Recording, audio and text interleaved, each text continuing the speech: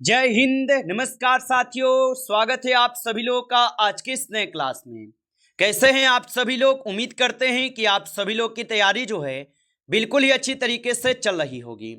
और कल जिन भी साथियों का पेपर 3 अगस्त को है उनके लिए क्लास जो साथियों रामबाण क्लास साबित होगा, क्योंकि साथियों इस क्लास में आपको 3 अगस्त से लेकर 21 अगस्त तक के एग्जाम के लिए हम ये सारे क्वेश्चन को एनालाइज किए हैं। और यदि आपका पेपर 21 से पहले किसी भी डेट पे है और किसी भी शिफ्ट में है मेरे भाई, तो आपके लिए क्लास जो है रामबाण क्लास साबित होने वाले हैं, क्योंकि ये सारे के सारे क्वेश्चन एनालाइज किए गए क्वेश्चन हैं जो आपके हर एक शिफ्ट में यहाँ से प्रश्न आपको देखने को मिलेगा। तो आप इस क्लास को बिल्कुल अच्छे से देखिएगा और इन सारे क्वेश्चनों को आप अच्छे से जरूर याद कर लीजिएगा। तो चलिए क्लास को हम स्टार्ट करते हैं और देखिएगा कि क्वेश्चन जो है क्या पूछे गए। साथियों क्वेश्चन है कि निम्नलिखित में से किस संविधान संशोधन द्वारा मौलिक कर्तव्यों को जोड़ा गया है। ये सारे के सारे क्वेश्चन एनालाइज किए गए क्वेश्चन है और इंपोर्टेंट है, जो हूबहू आपके पेपर में मेरे भाई आपको ये सारे प्रश्न देखने को मिलेगा। तो इन सारे क्वेश्चन को आप अच्छे से याद कर लेंगे। और बताइए निम्नलिखित में से किस संविधान संशोधन द्वारा मौलिक कर्तव्य को जोड़े गए हैं। तो याद रखेंगे ये जोड़े गए हैं आपके 42वें संविधान संशोधन के द्वारा। ऑप्शन यहाँ पे बी जो सही जवाब होगा, याद रखेंगे। चलिए अगला प्रश्न यहाँ पे देखेंगे और यहाँ पे प्रश्न दिए गए हैं आपके कथन और कारण दिए गए हैं। कथन में क्या दिए गए कि सभी धातुएं विद्युत की अच्छी चालक होती है। तो बताइए कि सभी धातु क्या विद्युत की अच्छी चालक होती है, तो आप बताएंगे ये गलत है। और कारण में क्या दिए गए मेरे भाई कि ग्रेफाइट भी विद्युत का चालक है। तो ये क्या है, ये बिल्कुल सही है, क्योंकि ग्रेफाइट क्या है, ये विद्युत का चालक होते हैं। यानी आपका कथन क्या है, तो कथन गलत हो जाएंगे और कारण क्या है, तो ये सही है। तो ऑप्शन यहाँ पे सी जो है सही जवाब है। बिल्कुल आज के इस क्लास में सारे क्वेश्चन ऐसे क्वेश्चन लिए हैं जो आपके पेपर में हूबहू आपको छपने वाला है। और बताइए अगला प्रश्न है निम्नलिखित में से किस नदी का उद्गम अमरकंटक पठार से होता है। चलिए बताइए, तो निम्नलिखित में से किस नदी का उद्गम अमरकंटक पठार से होता है। तो ये हो जाएंगे नर्मदा के। ऑप्शन यहाँ पे बी सही जवाब होगा। आगे देखिए अगला प्रश्न है कि मानव शरीर में पाचन का अधिकांश भाग कहाँ होता है। तो मानव शरीर में पाचन का अधिकांश भाग होते हैं कहाँ पर, तो आप बताओगे छोटी आंत में। ऑप्शन यहाँ पे सी सही जवाब है। अगला प्रश्न यहाँ पे है यदि किसी चालक का प्रतिरोध 20 ओम तथा धारा 2A हो तो विभवांतर कितना होगा।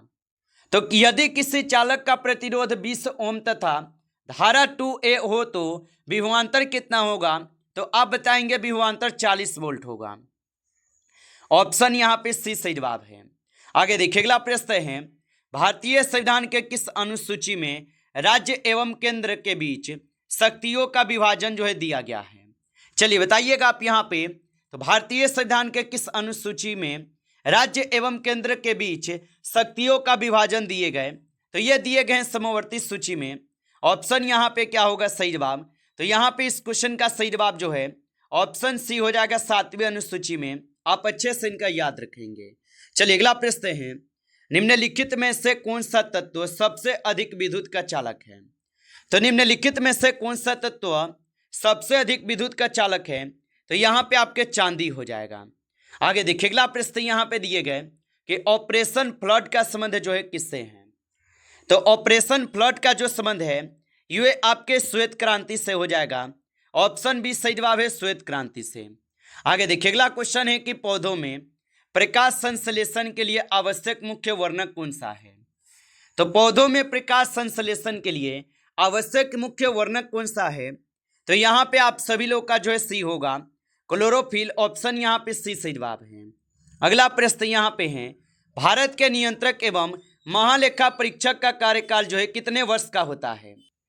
तो याद रखेंगे भारत के नियंत्रक एवं महालेखा परीक्षक का जो कार्यकाल होते हैं ये होते हैं 6 वर्ष या 65 वर्ष की आयु तक, जो भी पहले हो। ऑप्शन यहाँ पे जो है 20 सही जवाब है, या 6 वर्ष पहले हो या 65 वर्ष की आयु तक होते हैं।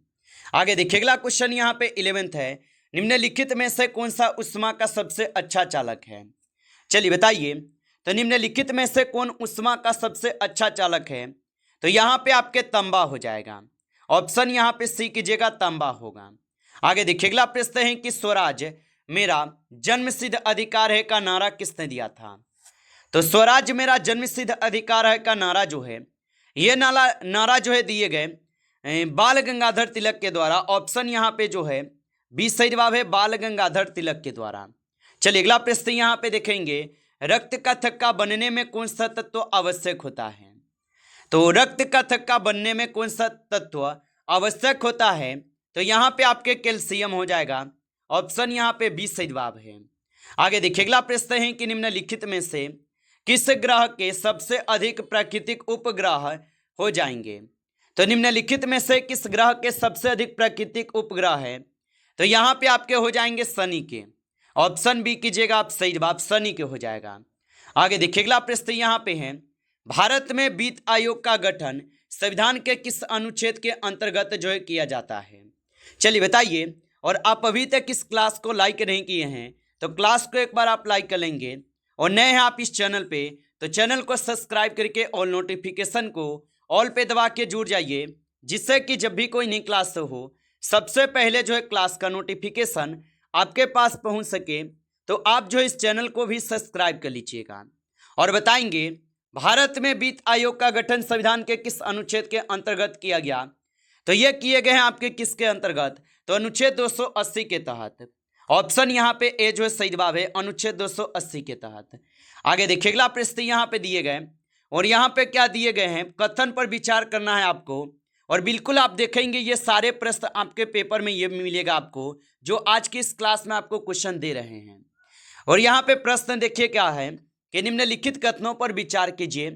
तो यहाँ पे पहले दिए गए पहला नंबर में कि लाल रक्त कोशिकाओं के में केंद्रक नहीं होता है। चलिए बताइए क्या ये सही है या नहीं? चलिए बताइए। तो लाल रक्त कोशिकाओं में केंद्रक नहीं होता है, तो आप बताएंगे यहाँ पे क्या सही जवाब है? तो आप बताएंगे इसमें होता है। दो में है कि श्वेत रक्त कोशिका हीमोग्लोबिन बनाती है। नहीं, ये नहीं बनाती है। हीमोग्लोबिन तो आपको यहाँ पे लाल रक्त कोशिका बनाती है, तो ये गलत है। यानी आपका क्या होगा, तो यहाँ पे केवल एक जो यहाँ पे सही हो जाएगा, यानी लाल रक्त कोशिका में केंद्रक नहीं होता, ये आपका सही हो जाएगा, याद रखेंगे। आगे देखिए अगला प्रश्न यहाँ पे है, और यहाँ भी आपको विचार ही करना है, मिलान करना है, और आप अच्छे से एक बार पढ़िए इसको और मिलान कीजिए आप सभी लोग। तो यहाँ पे आप लगाइए क्या होगा सही जवाब। अब पहले आप देखिए विटामिन ए से क्या होता है, तो विटामिन ए की कमी से आपको पता है कि रतौंधी होते हैं। तो यहाँ पे पहला का हो जाएगा 2, ठीक है। उसके बाद दूसरा में क्या है, विटामिन सी। तो विटामिन सी से क्या होता है, तो आप बताएंगे विटामिन सी से स्कर्वी होता है, ये भी सही है, सामने है। और यहाँ पे 3 सी में है विटामिन डी। तो विटामिन डी से क्या होते हैं, तो आप बताएंगे विटामिन डी से आपके रिकेट्स रोग होते हैं। और बच गया विटामिन के, तो इससे आपको पता है रक्त का थक्का जमता है। यानी आपका जो है यहाँ पे सही जवाब ऑप्शन ए दिए गए हैं, याद रखेंगे, आमने सामने इसका आंसर दिए गए। आगे देखिए अगला प्रश्न है कि यदि किसी वस्तु का द्रव्यमान समान रहे और गुरुत्व त्वरण आधा हो जाए तो उसका जो है भार होगा। तो यदि किसी वस्तु का द्रव्यमान समान रहे और गुरुत्व त्वरण आधा हो जाए तो उसका भार क्या होगा मेरे भाई? तो आप बताओगे आधा हो जाएगा। ऑप्शन यहाँ पे 20 सही जवाब है। अगला प्रश्न है कि निम्न में से कौन सा उष्मा का सबसे अच्छा चालक है? चलिए बताइए। तो निम्न में से कौन उष्मा का सबसे अच्छा चालक है? तो तांबा जो है ये उष्मा का सबसे अच्छा चालक है। अगला प्रश्न यहाँ पे दिए गए कथन कारण का है, जिसमें आपको अच्छे से एक बार पढ़ना है और आंसर लगाना है। कथन दिए गए पहला कि ध्वनि निर्वात में नहीं चल सकती, बताइए तो ये सही है कि नहीं? तो ये सही है। और दूसरा में है कि प्रकाश निर्वात में चल सकता है, ये भी सही है। यानी क्या है, तो यहाँ पे आपके दोनों ही सही दिए गए हैं, तो ये दोनों आपका यहाँ पे सही है, ऑप्शन ए सही जवाब होगा। आगे देखिए अगला प्रश्न है, भारतीय संविधान की प्रस्तावना में निम्न में से कौन सा शब्द 42वें संशोधन द्वारा जोड़ा गया है? तो भारतीय संविधान की प्रस्तावना में निम्न में से कौन सा शब्द 42वें संविधान संशोधन द्वारा जोड़े गए? तो यहाँ पे समाजवादी लगाओगे, ऑप्शन यहाँ पे 20 सही जवाब है। आगे देखिए अगला प्रश्न है, भारत का नियंत्रक एवं महालेखा परीक्षक CAG किसके द्वारा जो है नियुक्त किया जाता है? तो ये नियुक्त किए जाते हैं राष्ट्रपति के द्वारा, ऑप्शन यहाँ पे 20 सही जवाब है। चलिए अगला प्रश्न है कि निम्नलिखित में से कौन सी गैस अम्ल वर्षा के लिए मुख्य रूप से उत्तरदायी है? तो निम्नलिखित में से कौन सी गैस अम्ल वर्षा के लिए मुख्य रूप से उत्तरदायी है? तो यहाँ पे सल्फर डाइऑक्साइड हो जाएगा। ऑप्शन यहाँ पे बी सही जवाब है, सल्फर डाइऑक्साइड हो जाएगा। आगे देखिए अगला प्रश्न यहाँ पे आपसे दिए गए और यहाँ पे प्रश्न है कि सबसे हल्की धातु जो है कौन सी है? तो सबसे हल्की धातु जो है कौन सी है? तो लिथियम जो है ये सबसे हल्की धातु है। ऑप्शन यहाँ पे बी सही जवाब है। चलिए अगला प्रश्न यहाँ पे दिए गए, प्रकाश संश्लेषण के दौरान कौन सी गैस मुक्त होती है? तो प्रकाश संश्लेषण के दौरान कौन सी गैस है जो कि मुक्त होती है? तो यहाँ पे 25 का सही जवाब जो है ऑप्शन आप सभी लोग का क्या हो जाएगा? तो आप बताएंगे ऑक्सीजन। ऑक्सीजन जो है ये मुक्त होती है। ऑप्शन यहाँ पे बी सही जवाब है। आगे देखिए अगला प्रश्न यहाँ पे दिए गए, निम्नलिखित में से कौन सा युग्म सही नहीं है? यहाँ पे आपको गलत कथन बताना है कौन सा है जो यहाँ पे सही मेल नहीं खा रहा है।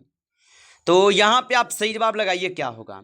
तो इंसुलिन जो अग्नाशय ये सही है, थायरॉक्सिन थायराइड ये सही है, एंड्रालिन पिट्यूटरी ये आपका गलत हो जाएगा। तो हमसे गलत पूछा है तो हमारा ऑप्शन सी में गलत है। आगे देखिए अगला प्रश्न है, भारत का पहला राष्ट्रीय उद्यान कौन सा है? तो भारत का पहला राष्ट्रीय उद्यान जिम कॉर्बेट राष्ट्रीय उद्यान हो जाएगा। ऑप्शन यहाँ पे जो है 20 सही जवाब है, याद रखेंगे।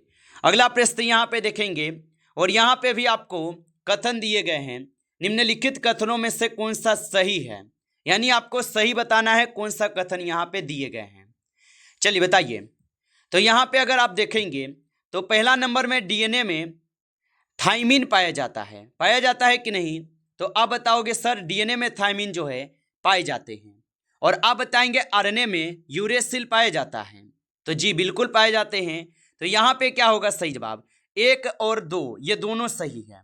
यहाँ पे ऑप्शन सी हो जाएगा सही जवाब, दोनों कथन सही है। आगे देखिए प्रश्न यहाँ पे है, एसआई पद्धति में बल का मात्रक क्या है? तो एसआई पद्धति में बल का मात्रक होता है न्यूटन। ऑप्शन यहाँ पे जो है 20 सही जवाब होगा। चलिए आगे देखिए और यहाँ पे भी आपको सही मिलान करना है, ठीक है? तो आप अच्छे से एक बार इसको पढ़िए, उसके बाद आप लोग मिलान करके एक बार कमेंट कीजिए सभी लोग। चलिए बताइए क्या होगा यहाँ पे। तो पहला में दिए गए ए में कि गुरु सबसे बड़ा ग्रह होता है गुरु। चलिए बताइए एक बार आप सभी लोग। तो आप बताएंगे सबसे बड़ा ग्रह होते हैं गुरु, जिसे बृहस्पति भी कहते हैं। और यहाँ पे मंगल जो है इसे लाल ग्रह कहते हैं, ये भी सही है हमारा। शुक्र ग्रह को क्या कहते हैं? पृथ्वी की बहन भी बोलते हैं ना, ये भी सही है। और शनि ग्रह को क्या कहते हैं? तो वलयों का ग्रह कहते हैं। यानी इसका तो आमने सामने ही आंसर दिए गए। तो आपका तो ऑप्शन यहाँ पे ए बिल्कुल ही सही जवाब दिए गए हैं। आगे देखिए अगला प्रश्न यहाँ पे है, रक्त का पीएच जो है लगभग कितना होता है? तो रक्त का पीएच जो है आपको पता है 7.4 होते हैं। ऑप्शन यहाँ पे सी सही जवाब है। आगे देखिए अगला प्रश्न है, निम्न में से जो है कौन सा मिश्र धातु है? तो निम्न में से कौन सा मिश्र धातु है? तो पीतल। पीतल जो है ये आपके मिश्र धातु है। आगे देखिए अगला क्वेश्चन यहाँ पे 33 है, संविधान का कौन सा भाग मौलिक अधिकारों से संबंधित है? तो संविधान का कौन सा भाग मौलिक अधिकार से संबंधित है? तो भाग 3 जो है ये आपके मौलिक अधिकारों से संबंधित है। आगे देखिए अगला प्रश्न यहाँ पे दिए गए, निम्नलिखित में से कौन सा जीव जीवाणु जनित रोग है? तो याद रखेंगे यहाँ पे जीवाणु जनित रोग जो है हैजा हो जाएगा। ऑप्शन बी कीजिएगा, हैजा होगा। आगे देखिए अगला प्रश्न यहाँ पे दिए गए 35, यदि किसी वस्तु की चाल दोगुनी कर दी जाए तो उसकी गतिज ऊर्जा होगी। तो यदि किसी वस्तु की चाल दोगुनी कर दी जाए तो उसकी गतिज ऊर्जा क्या होगी? तो 4 गुना होगा। ऑप्शन यहाँ पे जो है 20 सही जवाब है, 4 गुना। आप अच्छे से इनको याद रखेंगे। नमस्कार साथियों, इस क्लास में जो है आपके टॉप 35 क्वेश्चन थे।